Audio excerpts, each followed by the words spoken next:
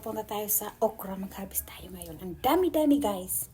Ipapakita ko sa inyo guys ang aking malalaking okra. Ayan. So, pipiliin lang natin dyan yung pwedeng ma-harvest. Ayan guys. Ang dami. Ayan. With talbos ng kamuti. Ito pa siya guys.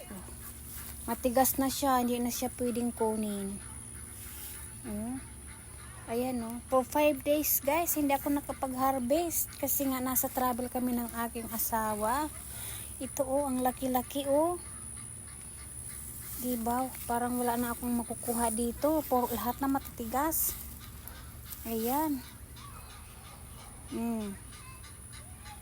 Ayan guys, ang dami. Ito rin, hindi na rin pwede. Ayan. Pang tanim next year guys.